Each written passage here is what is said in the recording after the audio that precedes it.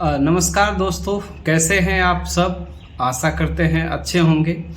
लोकसभा का चुनाव चल रहा है। इसमें कुशेश्वर स्थान विधानसभा की गलियों और सड़कों पर नेताओं और मंत्रियों का जमावड़ा होना शुरू हो चुका है, लेकिन उसके बाद भी जनताओं के द्वारा कुशेश्वर स्थान की बदहाल हालत पर कोई सवाल नहीं किया जा रहा है।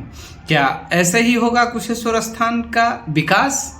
आज़ादी के 76 वर्ष बाद भी कुशेश्वर स्थान विधानसभा एक ऐसा विधानसभा है जहां की कई गांव, कई पंचायत जिसको मुख्य सड़क से अभी तक जोड़ा तक नहीं जा सका है, वहां की लोग बदहाल हालत में जी रहा है। कुछ दिन पहले मुझे आप लोग एक इधर पंचायत के लिए वोट बहिष्कार करने वाले वीडियो में मुझे देखे होंगे। आखिर लोग वोट बहिष्कार करने पर क्यों उतारू हो गया है और लोग क्यों चाहते हैं वोट का बहिष्कार करें? देखिए, जब आश्वासन पर आश्वासन, झूठा और खोखला आश्वासन किसी भी प्रतिनिधि के द्वारा दिया जाता हो, चाहे वो पक्ष का हो या विपक्ष का हो, तो जनता लास्ट में थक कर मर कर वोट बहिष्कार नहीं करे तो क्या करे। लेकिन सबसे बड़ी विडंबना की बात तब लगती है जब कुशेश्वर स्थान की गलियों में विधायक और मंत्री गुजरते हैं, लेकिन यहाँ के लोग एक सवाल तक नहीं कर पाते हैं कि ये रोड और की स्थिति ऐसा क्यों है।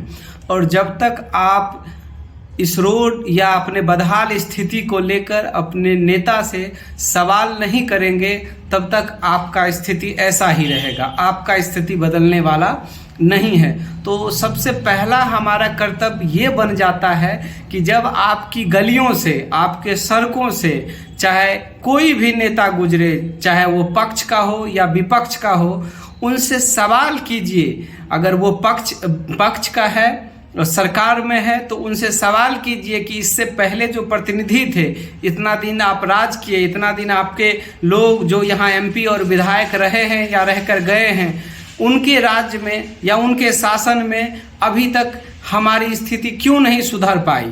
हम अगर आपको वोट दें तो वोट देने का आधार क्या है, आप क्या काम किए हैं, और अपने काम गिनवाइए कि हाँ हम ये किए हैं, इसके आधार पर हमें वोट दीजिए। कुशेश्वर स्थान विधानसभा का ही एक सड़क की बात कर लेते हैं। सती घाट से राजघाट जो मुख्य मार्ग है, जिसको 2-2.5 साल से बन रहा है, लेकिन उसका टेंडर समाप्त हो जाने के बाद भी उसका 30 से 40% कार्य अभी तक नहीं हो पाया है, जिसके लिए आप हमें सोशल मीडिया के माध्यम से और कई तरह से आवाज़ उठाते हुए बराबर आप देखते रहते हैं हमें।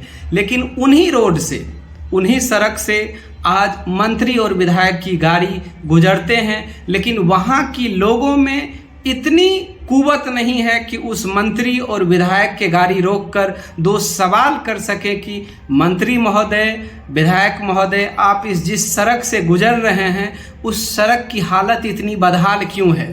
टेंडर समाप्त हो जाने के बाद भी अभी तक ये सड़क नहीं बन पाई है, इसके लिए जिम्मेदार कौन है? अगर आप जिम्मेदार नहीं हैं तो ये रोड अभी तक क्यों नहीं बन पाया, और हम आपको वोट दें तो क्यों दें?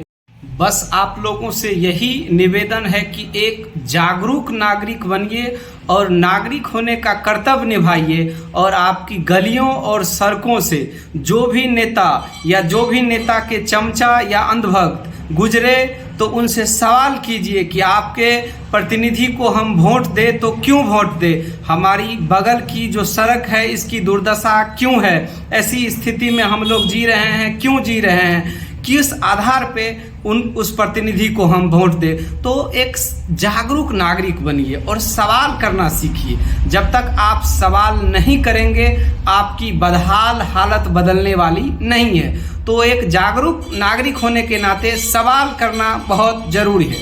नमस्कार, धन्यवाद।